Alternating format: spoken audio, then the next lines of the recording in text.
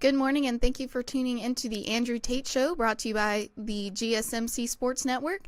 We've got a great show for you guys today. We'll be covering the Super Bowl, the NBA new glass court, a pay-what-you-can restaurant in Texas, and as always, make sure you stick around for later in the show when we'll be diving into the oddities of the day. Before we start, I would like to ask that you like and follow the show. Also, we get a number of questions from the viewers that come in during the show, so to ensure that your question gets read on the air, I ask that you use the tips and donation link with your question. The tips and donation link is streamelements.com/gsmcsportsnetwork./tip. This puts your question at the top of the list so that I can see it, and it also just really helps the show. Good afternoon to you, Tate. I'm like, isn't it morning for you? Yes.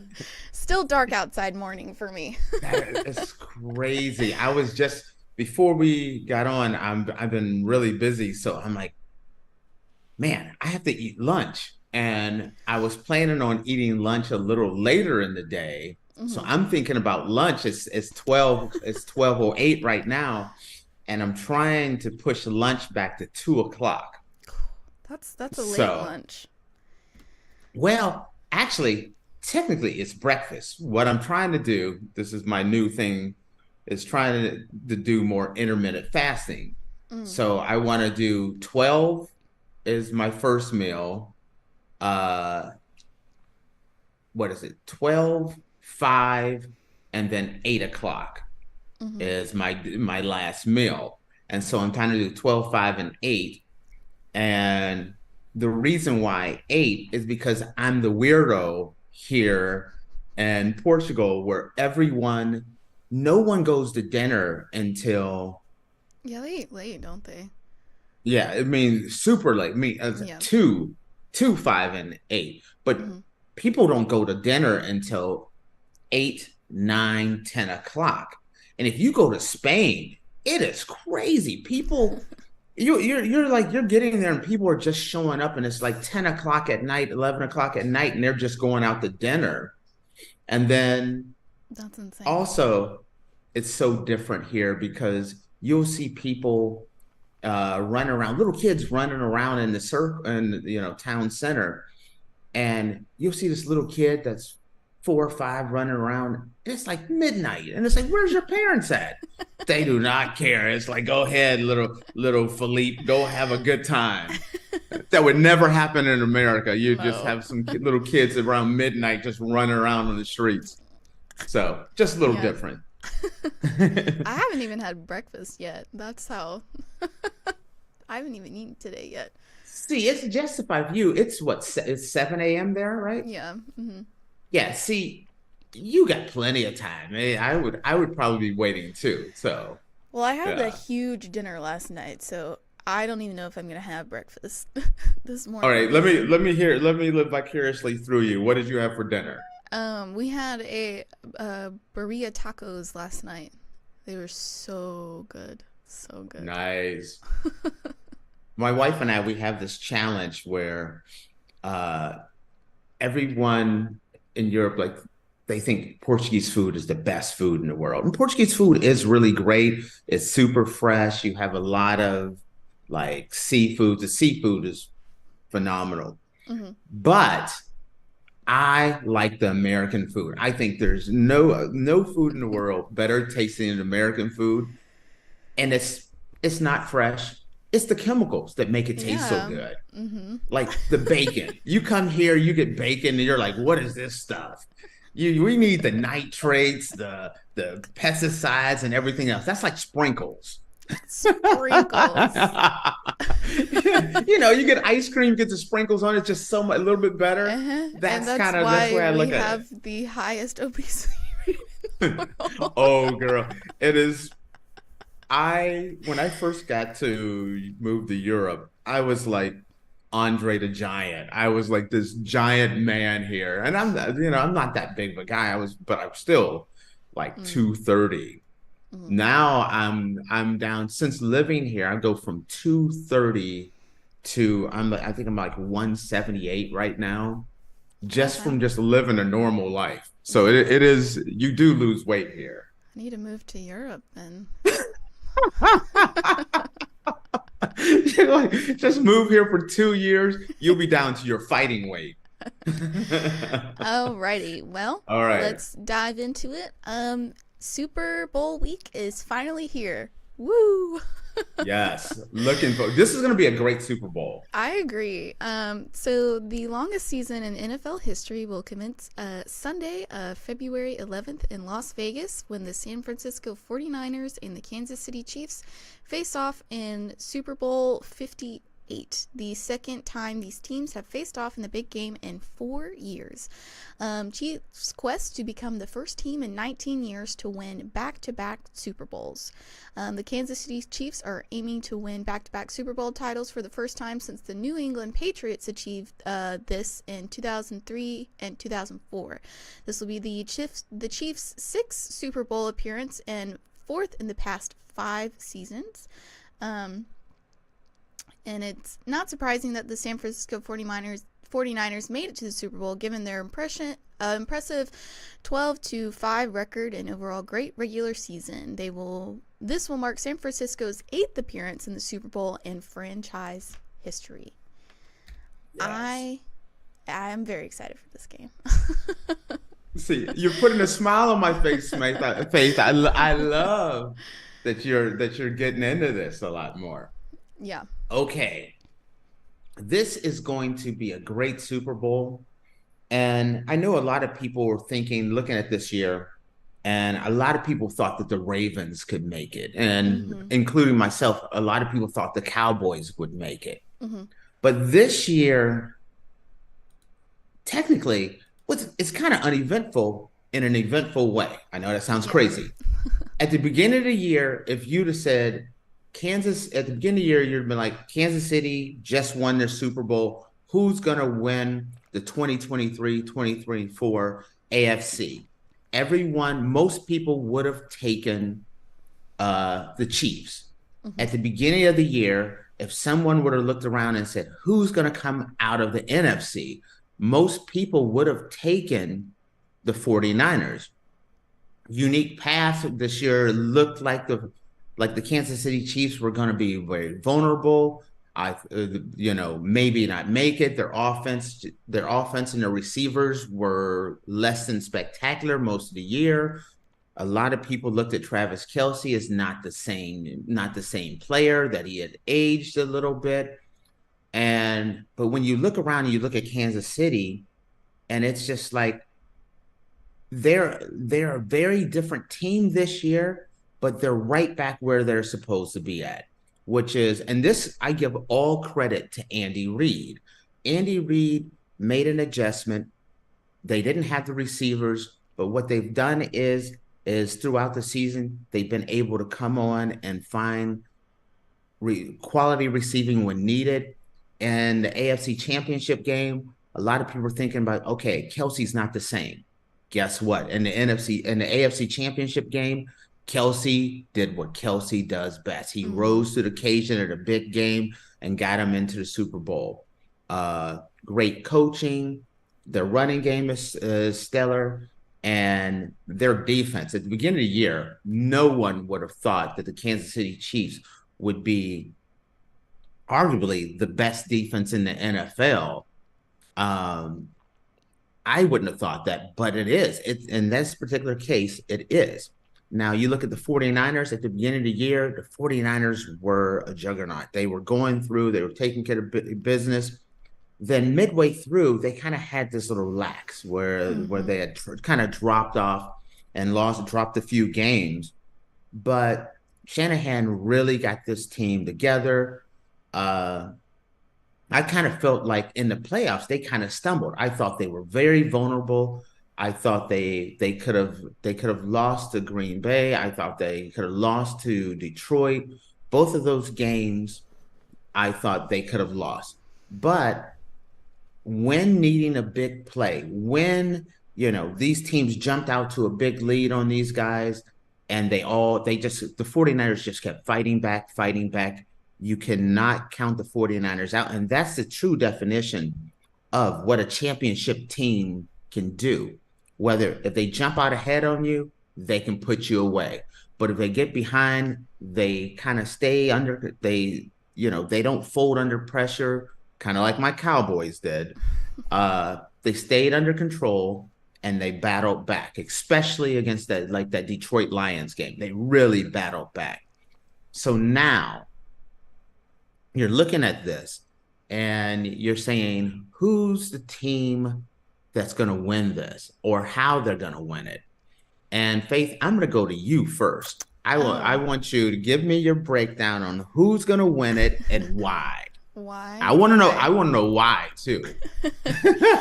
So If you say, I and if you say the 49ers' own run game, I'm just gonna put my headphones on and just walk out. So for me, I feel like the Chiefs are going to win.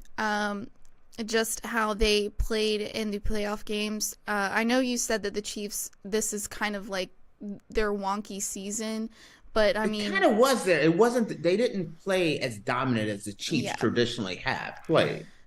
But I mean, for a wonky season, they're still doing pretty darn well, in my opinion. The And Chiefs do Chiefs things. yeah. And honestly, just looking at the past couple of games with the 49ers and how they've just kind of been like sliding off and allowing, the other teams to rack up points. And then at the end of the game, they're struggling to pull in points so that they can win the game. Especially watching the Lions, them play the Lions. I don't know. I'm not really impressed with the 49ers. Plus, I tell you I what. Go ahead. I'm Go a ahead. Keep little on. Keep on. You're doing good here. I'm also just, I'm a little petty too because I wanted the Lions to win. So, that's also part of the reason why I'm pulling for the Chiefs, just because I'm upset that the 49ers beat the Lions. But overall, I do feel like the Chiefs are going to pull another Super Bowl win. All right. A lot of things you said makes absolute sense. And when you look at the 49ers have allowed teams in the playoffs to really come out and jump off to a big lead. And I mean, that 17-point lead that the Detroit Lions had, uh, you do that with Kansas City, Mm-hmm. it's over. You're Yeah. not coming back. You go down 17 to Kansas City, it will not happen this time. That's the reason why I look at a couple of things. How the 49ers have kind of got off to a slow start. How, although Brock Purdy is a great story, Mr. Irrelevant, he has done fantastic. I know by watching the 49ers, you can rattle him. And when you look at that Kansas City defense and the fact that how that defense can really put a lot of pressure on you, it can shake up a quarterback, make them make mistakes. If they're putting pressure on Brock Purdy and Brock Purdy makes a couple of mistakes, that's all the 49ers need. Not 40, the Kansas City Chiefs Mm-hmm. need. They have a solid defense that will not give up a massive lead. Mm-hmm. Second of all, if you give Patrick Mahomes the lead, they have a solid running game. They have Patrick Mahomes, arguably maybe the greatest to ever do it. I know Tom Brady has a lot to say to that. I know Peyton Manning, many others have, something to say about that. But right now, in this time period of what he has done it better than anyone else. If you give Patrick Mahomes the lead, or you come in here flat, the Kansas City Chiefs will make you pay for it. Yeah. I I actually have this. This is going to be a great game, but I still have Kansas City winning. I'm going to say more like a 27-21 win. It's going to be kind of a game like that. I don't look at it as a massive, it's not, I don't see it to being like this offensive explosion. I look at Mm-hmm. it as two teams that have very stellar defenses. It's going to come down to what team makes the mistake, and I think it will be the 49ers. I have Kansas City winning. So that's how I kind of have it broken down Yeah, by. the whole like picking the score thing right now, it's still a toss up for me just because like um because of how the Chiefs defense is and how they played with the Ravens, because that score I thought was going to be a lot higher than what it was, and it wasn't. And then, the score between the 49ers and the Lions, and how the 49ers allowed the Lions to get this head start, and then they came back towards the end of the third quarter, and the score was like very, very close. So I can't really figure out yet whether or not like it's going to be a blowout game or if it's going to be like super close together. I'm leaning towards like 27-24, I think. Okay. For Oh, right you're talking about now. a much closer game. Yeah. All right. I'm going to give you my surprise pick of the game. Okay. My stone cold lead pipe lock that nobody else will predict. Okay. You ready for this? Yeah. You're looking at me, right? You got your eyes on me, right? I'm looking. Usher. He's gonna light up halftime. He's gonna do amazing. Usher, Taylor Swift will do one song. I don't think that's gonna happen.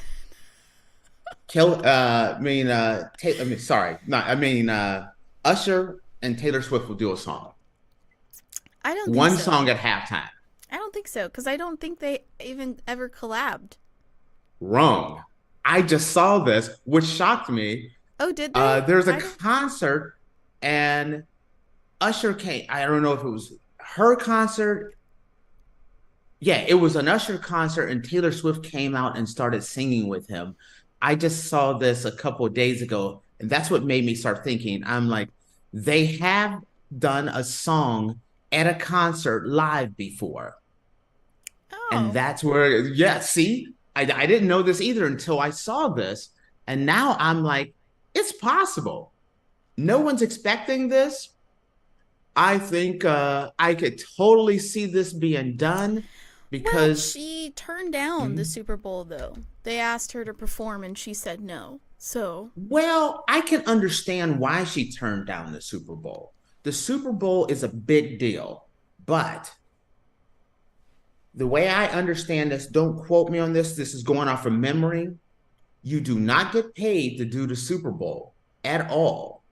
Plus, matter of fact, you have to pay the NFL. So they get a portion of your sales over the next like few months after you do the Super Bowl. So the NFL makes money off the athlete because they're saying you get so much for being on the Super Bowl. It's such a big marketing thing for you and your career that we're not going to pay you, and we get a portion of your income for the next 6 to 12 months. That's why she turned it down. Yeah, and how much she's making with her Eras tour right exactly. But Usher is the one that agreed to these terms. If she just comes in as a one-song collab, no harm, no foul. She still gets to do it, and that would be enormous. What do you think about that? Do you think that's crazy? Because I'm calling it. I don't think it's crazy, but I don't think it'll happen. Watch. Taylor Swift seems to be in her little sit down and watch the football game era, so I don't think she's going to want to do anything with performing. Everyone's going to be like, she can't make it from Japan. It's so far. She's not going to be able to make it. She's in Japan. She's in Asia. And they're going to be the Taylor Swift watch. Is she going to make it? Is she not going to make it? And then Usher's going to be singing. Next thing you know, popping out of the stage is Taylor Swift starting to sing with Usher. That's what I'm calling. Well, Tate, I would say don't get your hopes too high. I'm just calling you. This is my dark horse bet of the Super Bowl right there. I'm trying to debate whether I want to watch the Usher halftime or watch the Nickelodeon halftime. Because I'm a big SpongeBob. Because I loved SpongeBob as a kid, and so, I'm trying to decide whether or not I want to watch the Super Bowl. That's program. I want you to go sit in that corner over there by that speaker and think about your words. It's a toss-up. We are not. Okay. I don't understand the excitement over Mr. SquarePants and watching him be at the Super Bowl. Because you didn't grow up watching him. I grew up watching him. I have watched SpongeBob. He kind of annoys me more than anything. I'm not really a SpongeBob. I'm a big SpongeBob fan. I don't even care if I get hate mail on that one. I'm just not a big. He says as he's wearing a yellow shirt today. Oh, as I wear a SpongeBob colored shirt, I'm going to talk smack about SpongeBob. You know what? I've seen the error of my ways. I apologize, Mr. SpongeBob. Gosh. All right. Well, I guess, guys, keep a lookout because Tate thinks Taylor Swift is going to perform at the Super Bowl, so I guess keep a lookout for that. But watch, you're gonna be screaming at the top of your lung, Tate said that, as she's coming out singing. You're gonna be so shocked. Watch. Oh, we'll see. But guys, we're gonna take a quick break, and when we come back, we're gonna be talking about the new glass court that the NBA is unveiling. I feel like I'm losing my mind. Is everybody in the world blind? Please, Lord, give me a sign, a sign. I feel like I'm losing my mind. Is everybody in the world blind? Please, Lord, give me a sign, a sign. I wanna be the greatest. Everybody on the fake shit. I look around and feel like everybody is the fakest. I make this every day and I'm impatient, hoping one day I blow up from the basement. Statement, the top is so vacant. I don't hear shit that I think is amazing. Waiting for my day when I'm playing sold out shows for 1,000 faces. Hey, give me that crown, get in my way and to be put down. It ain't your place, all this my town. If I want that shit, then I'll get it right now. I'm losing it, the noose it fits. I'm losing shit, a stupid myth. You choose to live or choose to dip. You choose to fight or lose your grip and lose a gift. I feel like I'm losing my mind. Is everybody in the world blind? Please, Lord, give me a sign, a sign. I feel like I'm losing my mind. Is everybody in the world blind? Alrighty, guys, welcome back. Earlier we were talking about the Super Bowl 58, and now we're gonna dive into the NBA and their new. I wasn't talking about that. I was talking about Taylor Swift showing up at halftime. Okay, well, we were also talking about, which is part of Super Bowl. But let's talk about this. Okay, I got a question before you dive into this. Yes. Did you freeze up? Did you notice that you froze up? Or I'm not sure if we did, but man, No. on my side you froze, so then you came back in, so I just ran with it. So Oopsie. it's all good. I guess technical difficulties on my side then. Oops. All right. So the NBA unveils a futuristic glass court for the All-Stars weekend, and fans have strong opinions about it. I bet you they do. So the NBA unveiled a court design that has never been seen before ahead of the 2024 All-Star Game weekend. The court will be one giant LED screen, which essentially will mimic a television screen, with the power to change the design and color of the court throughout the game. The court was developed by a German company, ASB Glass Floor, and has been used in events by FIBA, the sports governing body. FIBA approved usage of LED glass flooring at top-tier competitions in 2022. The league didn't reveal what the court cost, other than it's more expensive than a wood surface, obviously. The contest with planned animations includes the skill contest, the three-point contest between Curry and Ionescu, and the slam dunk contest. The All-Star game itself, however, will remain on a wooden court. Okay. So, First off, you were saying that people feel very strongly both ways. yes. You're always gonna get grandpa get off my lawn guy. It was better when I was walking both ways, going to school, walking uphill both ways while carrying a tractor on my back. You know, it's this is the All-Star game. The All-Star game needs some more excitement. If it was me, I not only that they should play the All-Star game that way, I'd be up for it if they changed the entire floor for the entire season this way. I think it's amazing. There's some great technology out there that can catapult the NBA to the next level. And baseball the same way. And baseball's finally, after like 9 million years, are finally doing some things to make it a lot more interesting.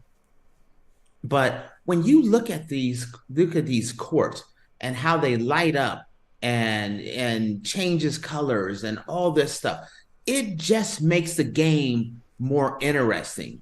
Sometimes, especially with an NBA game, there are sometimes you're watching a game, a Wednesday game. It's the Oklahoma City Thunder versus Charlotte, and it's just not, you're like, well, let me see what else is on. Well, changing the court up a little bit makes it a little bit more interesting. Make it a little bit more NBA 2K, where that's what they said it's kind of going to be like. Yes, and which can make it even more awesome. If you can make it where you can show the replay on the court during timeouts and do so much, there's so much more you can do. I was watching some of the videos and how it lights up and it shows different graphics and things. Imagine when LeBron drove and scored and broke Kareem's record, and it's just a big old display of how many points he's had. There's so much, the production value, people don't realize. It helps the audience out that's at the arena. It helps the television audience. It helps the game. So I don't see why they would not like it, because I absolutely love it. And when you watch some of the games of FIFA, I thought they were super cool. I will say it is really cool and would make the game more fun to watch. But I mean, for me, if I was playing basketball on a court that was lighting up and displaying stuff, do you know how distracted? Yes. Okay. Wait. Distracted. We don't need anyone. The lights is changing and everyone starts, having seizures on the court. No, I don't mean. So while the game is playing, yes, you should have it look like a regular court. It shouldn't be changing. I'm saying during halftime, during the breaks, having it light up, doing different things, kind of like the Sphere in Vegas. That's amazing. And you could do the same thing like that, but on the basketball court. You have a court, you have it this color for the first half, and you have a totally different court for the second half.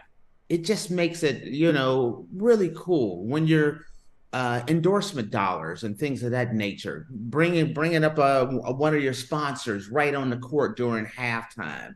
I think there's so much you can be done, spotlighting some of the other players and showing graphics and stats instead of it being on a billboard. The court, LeBron. I keep using LeBron because he's the biggest name. LeBron halftime, 26 points, 3 rebounds, and 8 assists. Showing what the players have. It's right there on the court. I think that's awesome. And when I saw the graphics for the FIFA, I had never seen it. But when I started watching it, and I was like, oh, this is amazing. I am all for it. I think people should lighten up a little bit, because people do not like change. But change is what moves the game to the next level. If you didn't, it's like I like the game the way it was. Well, guess what? The way it was, it started out playing. You're throwing a soccer ball through a peach basket. Well, if you're going to be that traditional, do you want to take it back there? Advance. That's kind of the way I see it. What do you say? I agree. I do think that when the players are on the court, I don't think No, you can't. You can't change that. Then, yes. Crazy. But they said that they're gonna I think from what I read, if I'm correct, they'll have like little circles around, or like little fire streams from players moving on the court. So I think they're going to have animations on the court while people are playing. Now that's tricky because Steph Curry does a crossover, does a fadeaway, and a little circle lights up around him. He looks down and misses the shot. Now that would be talk about Mr. Get Off My Lawn guy. Let's say a last second jumper goes awry because the guy's putting a fire emoji around Steph Curry. People are gonna lose their darn mind on that one. They said fans were both amazed and wary of what this futuristic court could entail. Many think it will be difficult to concentrate on the players in action on the court with the distractions appearing on the floor. So you cannot when the game is in play. I think it should just be a static court. Just make it look whatever you design you want it to be. That's what the court is. I'm talking about make the changes during timeouts, in between quarters, at halftime. Think about the halftime show and all the things they do now. It takes it to the next level. If it was, but see, I'm the extreme guy. I'm like, not only would I have the court this way, my arena would be like the Sphere. I'd have the walls lighting up, everything. I know that's a little extreme, but and the reason why I embrace this is I'm an MMA fan, and I've trained MMA and everything for many years. And Dana White is working on doing a UFC event at the Sphere in Vegas. And I think that's going to be an amazing event, an amazing situation to have an event like that. But I think more sports fans need to start embracing technology and how it expands the game. There's a lot of guys that are traditionalists, and I respect the traditionalists, but the game is becoming for the young. And I think you should embrace some of the new technologies. I get, hey, you're 60 and this is the way Pistol Pete played it and Kareem and this and that, but we're in a new generation. We're in a new century. Embrace the technology. I think it would help the game. The NBA is growing by leaps and bounds, and I think this could really help the NBA. So I love it. I must admit, I think it's absolutely amazing, and I'm looking forward to seeing it. It actually makes me want to see kind of the All-Star game isn't the most exciting game in the world, so I'm more interested in seeing how it's going to go with the court. And I'm more likely to watch the All-Star game this year because I'm very curious about it than previously years where it's not a lot of defense. It's not really, it's an exhibition game. No one's really playing hard. So I think this is a nice wrinkle that the NBA is introducing that I approve of. I'm curious what the surface of the floor is like, and if that is going to mess with players at all. Like if it's going to be similar surface to a wood court, or if it's going to be different. I'm just wondering if that's going to do. Well, I'm less curious about that. That was my initially. That was my curiosity about it. But then I started watching some of the FIBA games and seeing how that went. And it performed incredibly well. You know, it was very different, and it was very cool how the way the courts lit up and everything, and the colors and things that they put together. But I really liked it, and I didn't really see a change in the quality of play. Players could still stop, they could still make their crossover, they could still drive to the hole. Everything that you would see in a normal game, you can see. And when you think about NBA or basketball in general, from kids playing on the hardwood to people playing on concrete to people playing on a painted surface, the biggest thing is, are the basketball shoes able to get traction? And the answer, from what I have seen by looking at the pictures, the answer is yes. They're looking at the videos. It's yes, they have the traction. They're able to do the crossover. It's not affecting the ball. It's not affecting the shoes. It's not affecting the jumping ability. The only thing it's doing is adding more production value to the game. That's why I'm a big proponent for it. Well, I think I might watch the All-Star games too. So I think it's intriguing, right? Yeah, You're kind of curious to see intriguing, how it is. That's a major change that I think could be really cool. And you know, it kind of breaks up the game a little bit. You know, you see the same court over and over and over. It's an 82 game season. Being able to have each week, each game, a totally different design, designed by this person, designed by that person, so that you're upping the production value and the must see make of the event. I'm all for it. So I love it. I think it'll be cool to see. I wonder if they're gonna change up some things though after like kind of playing around with it at the All-Star. Oh yeah, they're gonna tweak it. Weekend. They're gonna have to tweak it. Yes. Yeah, just to see. You know, I wonder if the players are gonna get distracted at all. That's my only. Oh, if they're I would be against them. You cannot be doing graphics and things during the game. But during a timeout, if you're showing a replay on the court and you're drawing a circle around, you know, James Harden and, you know, Westbrook, and you're showing a graphic how they drove to the court and you're watching it on the court, that's awesome. That is pretty cool. I will admit that. Yeah. So that's kind of the way I'm seeing it. So, all right, you agree with me.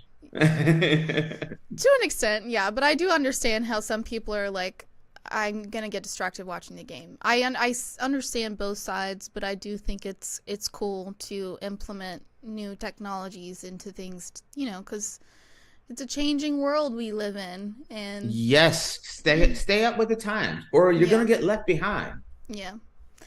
Alrighty, well, we're going to take a quick break, and when we come back, we're going to be talking about the Pay What You Can restaurant in Fort Worth, Texas.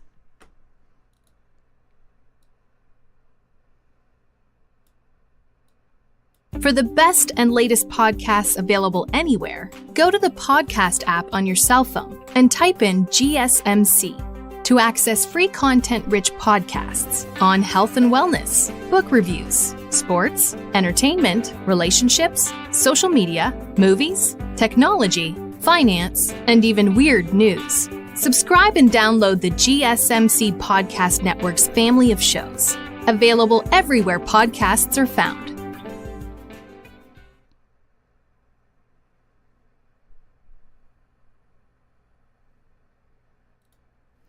Alrighty, guys, welcome back. Earlier we were talking about the NBA unveiling a futuristic glass court, and now we're going to be talking about the Pay What You Can restaurant in Fort Worth, Texas. I'm going to let people know what we're laughing about. So, in my office, I have a giant 85-inch television. That's one of my displays in my office, and it's right next to me. And our show yesterday was one part of it was the woman that tried to climb through her window. She got caught by her feet and hung upside down as she was hanging topless, and then she Yeah. had a bathroom accident as well. And I look over between break, and I look over, and our show is playing, and this woman is hanging upside down, but larger than life on a giant 85-inch television. So I looked over to the left, and I was like, "Whoa!" So I sent Faith a message and told her that's what I looked over, and that's what I saw was the woman hanging upside down by her ankles. Also, I feel like Tate like sends like funny messages on like one of our shortest breaks, and so like I have to pull myself together like 2 seconds before starting the show back. So she was laughing, so I decided to share with everyone what we were laughing about. It's never a dull day. Did your Faith's family watches the show, and we love having them. I don't know if they've watched it yet. No, I don't know. Okay, I was kind of curious about that one because I was a little curious and a little worried about that one. Although my grandma did share on Facebook yesterday one of our segments from yesterday, so I think my grandma watched this. Oh no, I didn't know grandma watching too. I didn't know grandma watched it either until Go yesterday. grandma. I'm loving it. Okay, so this pay what you can restaurant in Fort Worth was TikTok critic Keith Lee's latest stop. If you don't know who Keith Lee is, he is a famous TikToker who basically goes to restaurants and reviews their food and sees why they don't have a lot of business, whether it's like it's good food and it's just bad marketing, or it's good food and customer service isn't great, etc. So he's doing a food tour right now, and right now he's in Texas. So the TikTok food critic Keith Lee's most recent North Texas restaurant stop was a Fort Worth spot he called one of the dopest restaurants I've ever seen. Taste Community Restaurant, a pay-what-you-can nonprofit restaurant, was visited by the Las Vegas-based social media star who's currently in Texas reviewing restaurants as a part of his national food tour. In a video he posted Thursday, Lee said he didn't actually try the food at Taste Project because the sit-down only restaurant was busy and he didn't want to disrupt their operation, but he left the restaurant a $4,000 donation. Lee praised Taste Project's mission to reduce food insecurity and expand access to healthy meals. So essentially, Taste Project is a nonprofit, and it's a restaurant where you can only go in and eat. You cannot order takeout. And there's not really, I don't know if they really give you a bill, but essentially what you do is either you pay what you can for the meal that you ordered, you pay what you would normally pay for the meal, or you would pay for the meal and then some, so like a donation. So essentially anybody can go to this restaurant and order food, and you can pay like a penny for a meal if that's all that you can afford. I absolutely love this. Yeah. Love it. First off, let's talk about Keith Lee first off. Mm-hmm. It's initially, it was kind of funny for me when he first started becoming popular and he was reviewing food, because it was just a little bizarre. Yeah. And the reason why it's bizarre is Keith Lee and Kevin Lee are not food critics. They're MMA fighters. Are they really? I did not know Yes. that. Kevin Lee fought in the UFC. Keith Lee, I forget what organization I've seen him fight in as well, but they were always MMA fighters, and his older brother, Keith Lee, is an excellent MMA fighter. He just retired, but Keith was not as popular, and did not have as an illustrious career as his older brother did. But man, just two great athletes, and man, quality guy. Keith Lee has just become as he's become this food critic, which has been made him super famous, more famous than he ever would have been as an MMA fighter, more famous than his brother, who was one of the top 2 or 3 fighters in his weight class at one point in time. Now by sitting in a child's chair or eating food in his car, he has become the biggest Lee of them all. Yeah. Mm-hmm. It's quite amazing. Now, let's talk about this place. This place is unreal. I absolutely love it. I do a lot of traveling. If I'm in that area, I will go to this restaurant. I will leave a nice tip, for the record, a very nice tip. I'm maybe not a Keith Lee tip, but I'm not getting a hot dog and fries and dropping $4,000 on it. But I would definitely leave a very nice tip. And the reason why I will seek this place out if I'm in the area is because of the concept. There are a lot of people out there that, they struggle. And maybe, let's say you're a family of 4, you want to take your kids out, you want to take your wife out, but you just don't have the money to do it. Mm-hmm. There's a place there that you can go to, that you can have a nice quality, healthy meal, sit down with your significant other, your date, your kids, and make it and have a good life and have a good meal. And there needs to be more of these places. There are a lot of people out there that have been very successful in life. There's a lot of people out there, I know a few, who owns restaurants, who their restaurants are doing well, would love to be able to see restaurants do something like this. Maybe not all restaurants can do like, hey, just pay whatever you want. But even if it was once a month or once a week or a couple times a year, where people can come in and people that can't afford to have a nice meal can have that opportunity to sit down and have a nice, have a great meal out. I think it's wonderful. I think it's wonderful. But there is another side to this.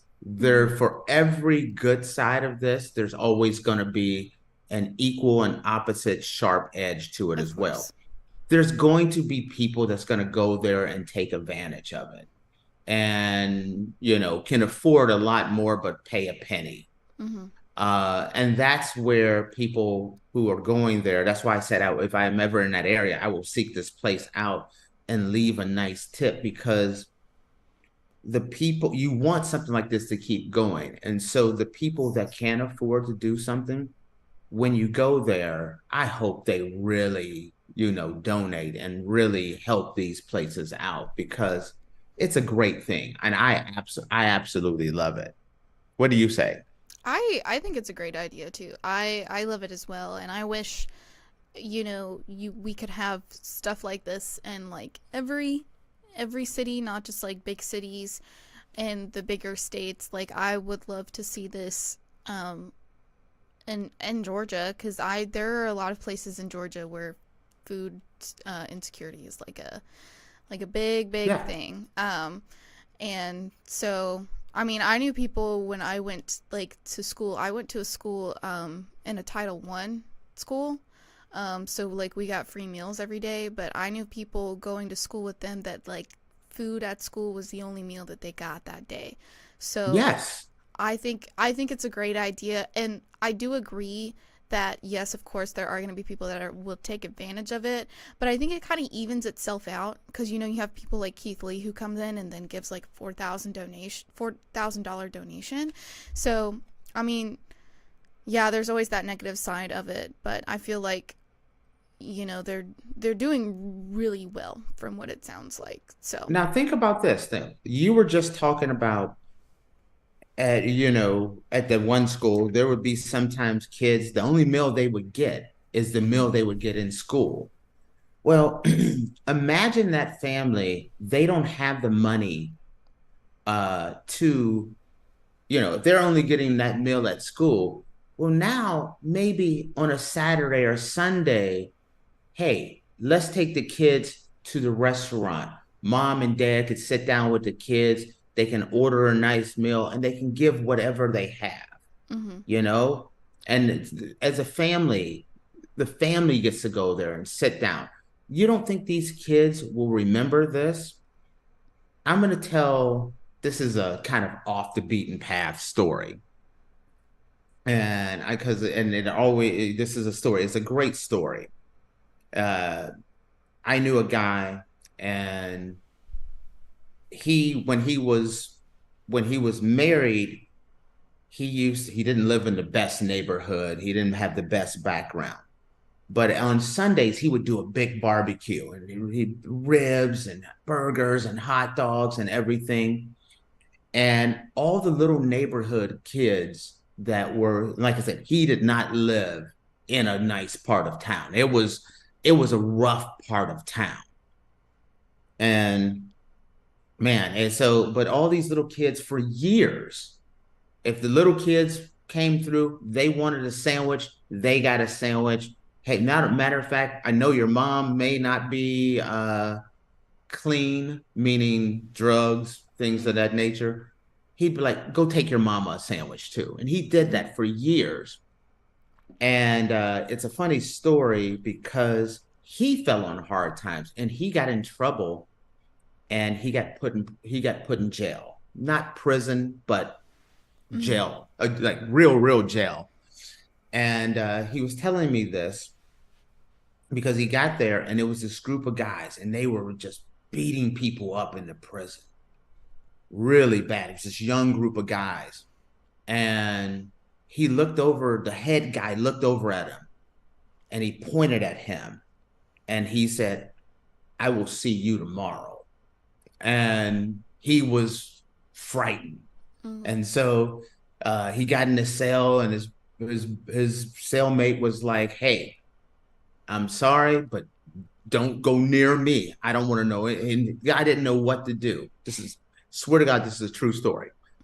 And the next morning he was so nervous, and the doors opened up, and he didn't know if he should run over and just hit the guy or what. And the guy walked up to him with his guys, and he said, your name is Michael, right? And Michael was very nervous, and he said, yes. And he said, you lived on this street? And he said, yes. And he turned around and he said to the entire cell, this guy, don't no one touch this guy. He is protected by us. And the reason why I tell you that story is because turned out this kid who was in prison, the only time he ever got meals as a kid growing up was when Michael's would do these barbecues on the weekend. And that's the only time he would get a real meal. And so he remembered him, and it had an effect on his life. I know this is a little bit of a different kind of story, but the same thing. This restaurant is helping families and kids out where maybe some other kid who may not have been able to afford going out to restaurants or things, now later on in life, this is something that he will remember or she will remember and maybe pay it forward and take care of other people. So that's the reason why when I go there, if I'm in that area, I will go there and I will leave a big tip, because these kids, these people, these families, this is helping them. This is a good thing. I know it went kind of on a roundabout way, but that's the reason why. What do you think of that? No, I love this idea, and those people, like you said, those people remember that for like forever, honestly. And you never know like people's situations and stuff, but you're out there just doing a nice thing, and you don't really like realize the impact that you make on those people. But like, there's people like that will do anything and everything for you because you gave them a meal when they didn't think they were going to get one. So right. And that's one of the things, like this is another off the beaten path story, but when I was in the US, I was the guy for Halloween. I would go all out for Halloween. And I would never give out the fun size candy. I would give out the king size candy bars, not the regular, the king size or the movie theater candy. And I would do a movie on the side of my house, lights and everything. I would go all out for them. And I would set up a station so that there would be food and drink for the parents, but the kids also would get the king size candy bar or the movie theater candy bar, because kids remember this stuff, things that they would not have normally had. And so, and you can understand, I would get over 100 kids coming to my house. That was one of the hard things about leaving the US, is the fact that Halloween is no longer a big thing here. But I used to do that just because of that story I told you about that Michael told me. I remember that, and I used to do that because the kids will remember that. You're leaving a lasting impression for the kids and the families. That's why I love it. Yeah. Well, I guess, guys, if you live in Fort Worth or ever in Fort Worth, I suggest that you go and check out Taste Community Restaurant and pay it forward if you can. I kind of changed this to more of a pay it forward segment than maybe a restaurant segment. You say now, question for you. You said they're doing really well. Is that correct? I mean, I'd assume so. I mean, they're still kicking, still running. See, because I worry for every Keith Lee that goes in there and gives $4,000.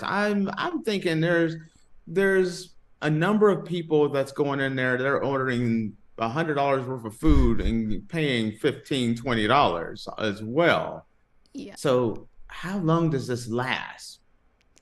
That's a good question, but I know, I mean, I work in the restaurant industry, and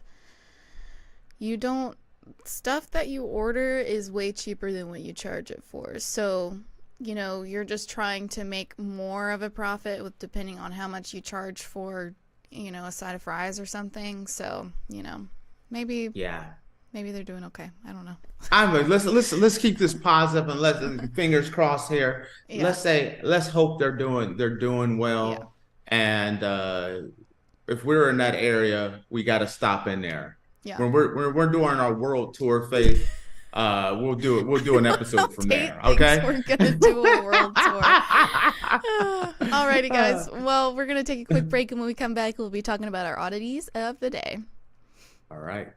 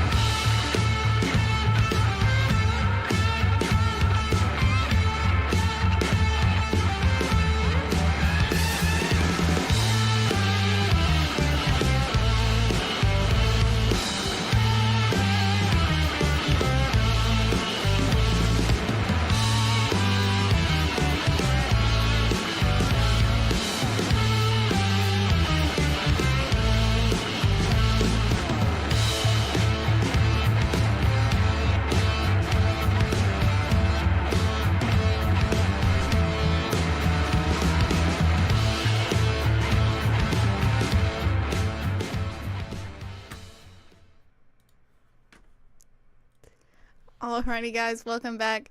Earlier we were talking about Pay What You Can restaurant in Fort Worth, and now we're going to be talking about our oddities of the day. What are you laughing about, Faith?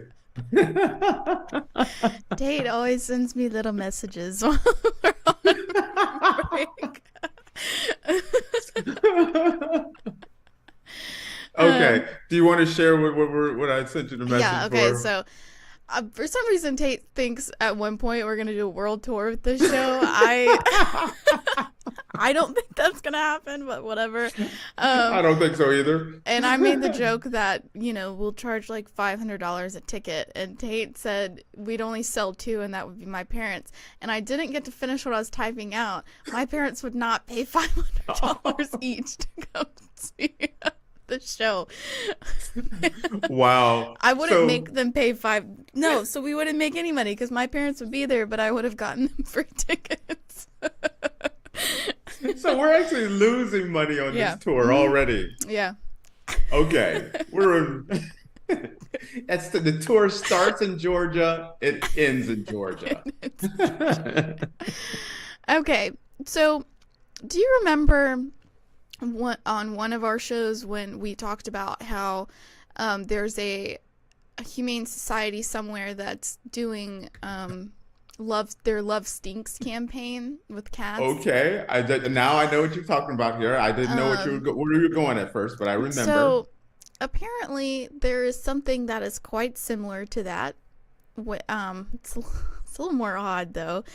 So the San Antonio Zoo is offering a unique way to celebrate Valentine's Day with its Cry Me a Cockroach fundraiser. Okay, I'm listening. Participants can donate to the zoo and symbolically name a roach, rat, or veggie after an X, which will be then fed to the animals. All right, Becky, I always thought you were a roach anyway, so here you are, Becky the roach. I don't have like a bunch of information on it, so I'll do a little research real quick. Okay, folks, are you naming your ex a roach and then taking it? Do you take the roach to the zoo, or do you got to go there and you get to pick your roach?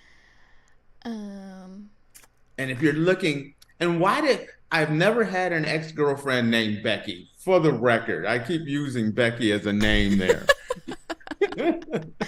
I have never dated a Becky. So I'm on their San Antonio Zoo website right now. Apparently it says the global phenomenon is back. I think that's kind of like our world tour. I don't know if it's really a global phenomenon. It says, be part of the global sensation and exterminate your past and support a noble cause with the Cry Me a Cockroach Foundation. Symbolically name a roach, rat, or veggie after your ex or not so special someone, and San Antonio Zoo will help squash your past, a true heartbreak healer, by feeding your selection to an animal resident. The fundraiser received international attention last year. This year it promises to be even more sensational. As a part of your $5, $10, or $25 donation, you will receive a digital downloadable Valentine's Day card showing your support for the Cry Me a Cockroach Foundation. Okay. Oh, it tells me the prices. So, a cockroach is $10, and you get to name a cockroach. What? $10. Mm-hmm. That's a lot for a cockroach. A veggie is $5, and then a rodent is $25. Okay, I got problems with these prices. These roaches were gonna get eaten anyway. Just because honestly, I named them Becky, now it goes up in price. Honestly, if you like this idea, you can do it yourself. Cockroaches are free. Go outside, find one, and then just feed it to a bird or something. Yeah. Okay. This little cockroach was going to be Louis the Lizard's dinner anyway. Just because he gets a name tag now Louis. He goes Louis the Lizard. From the long line of famous Louis the Lizard. Louis the Lizard. He's actually Louis the Lizard the 8th. But here you go. That's probably most expensive cockroach ever is $10. I was thinking like maybe 50 cents. You could go through and name a few of your exes, I guess it's for a good cause, but I will say $10 for a cockroach is a little steep, in my opinion. But I could think about this. You have that Weasley rat boyfriend of yours. Not me, I'm not saying your situation. I'm just saying in general. Not my significant other. We're not talking about present boyfriend is amazing. But let's say you have an ex that was kind of like a rat, a weasel. You could go there and name a rat and watch him get swallowed by Seth the Snake. I don't know. Or whatever his name is. You know what I mean? But these prices, they need to change the prices on here. $10 for a cockroach. I'm saying no. Yeah, I agree. If you're gonna name, let's say you got 2 or 3 ex-girlfriends you want to name. You got Becky, you got, Beatrice and Ethel. Horrible Yeah, name. and I feel like, the veggie is $5, but I feel like the veggie doesn't have as much impact as like a cockroach would, No. You look over, there's a carrot over there for $5. And you're like, you know what? I could have went to Walmart and got that way cheaper. Yeah. And if you get the one at Walmart, maybe you could carve their face into it or something in there. Something like that. You're just naming a rutabaga over there for $5. I'm calling shenanigans on this sweeping the nation thing. $10 for a cockroach. I know, and $25 for a rodent. You can get a rodent at PetSmart cheaper. you can go down to the local trailer park and get them cheaper than that. For $10, I bet you can find someone down in some neighborhood and just say, hey, for every rat you catch, I'll give you $2. And then go out in front of this place and sell them in advance. Christ. I will say, you can I live in Georgia, and we have those big tree cockroaches that are out all the time. You can get one of those for free. Squish it, name it, give it a name, and then step on it. That would be better than paying $10 for a cockroach. You may be on. Wait. You're onto something here, though. These could be those that are in Florida, Georgia roaches. These are not. They're like miniature helicopters. They're not really. They're big. They're massive. Yeah. They're maybe terrifying. And they fly. No, that's why I said they're miniature helicopters. They're huge. Anytime I remember in my first apartment ever, I lived in a wooded area, and I used to get those in my house all the time, and I would take a broom and try to smack them, and then they would just fly around. I'm like, nope, I'm moving, this is his house. Yeah, why is it that the roaches are just the animals in general, you start getting around that Alabama, Mississippi, Georgia, Florida area, what is up with the animals and the roaches? They're the roaches in Georgia and Florida, they're like prison roaches. They're lifting weights. They're all swollen up. They got abs. They are ruthless. Yeah. What the heck are you guys feeding them? It's all that processed food that you like so much. The roaches they're lifting weights. They're jacked. They got a bowl of shrimp and grits they're eating. These are no ordinary roaches, I'm thinking. It's all that home southern cooking that's getting them all beefed up, There's something different there. But if you've done any traveling around the rest of the world, I've never seen a cockroach like that. Never, ever. I've never seen them like that. And that's that you agree that Georgia, Florida, Alabama area, they're just they got do-rags on. Everything. They're like gang members. They're so big. Yeah, and they travel in packs too. That's it is. It's crazy. But charging $10 to name a roach. Yeah, I think I understand it's for a good cause, but and $20 for a rat. Yeah. For $20, they should be able to name the rat and you get to take it home. How about a rescue program? For $20, you get to save Timmy the rat, and you get to take him home so he doesn't get eaten. But that's a better program. You're not going to take care of a rat that you name after your ex. That's the whole point. Rats don't live that long. I think rats only live like a month and a half. No, rats live like a couple of years. No, rats are like I'm joking about a month and a half. Rats only live like a year long. That's about it. My hamster, I used to have hamsters. My hamsters would live like 3 years. Right. So. I'm saying rats, they have a tougher lives than hamsters. Hamsters got fur coats and everything. Nah. It's the same thing if you have them for a pet.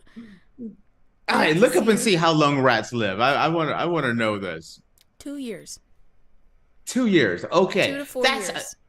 That's optimum life there. Most of them aren't living that long, I don't think. I don't know what's wrong with us here. I don't know. Right. I feel like we always get sidetracked with our topic of the day. Well, we're talking about roaches bench pressing. You know, those roaches in Florida, they're kind of dieseled up. Like they've been on HGH and steroids for years. Just slurping up Monster Energy drinks. They got protein shakes and everything else. These are they're not normal roaches. That's all I'm saying. And they fly. They're just different. Yeah. Maybe you can like hear they sound like helicopters too when they fly. They're like Played with the sound effects. That's the crazy thing. You can hear them fly too. You're like, you're screwed when you like hear the wings going around everywhere. They're like little Black Hawk helicopters coming into your house. Yeah, they're pretty bad. All right. We've done enough damage for today. Yeah, Stop charging $10 for roaches. For roach.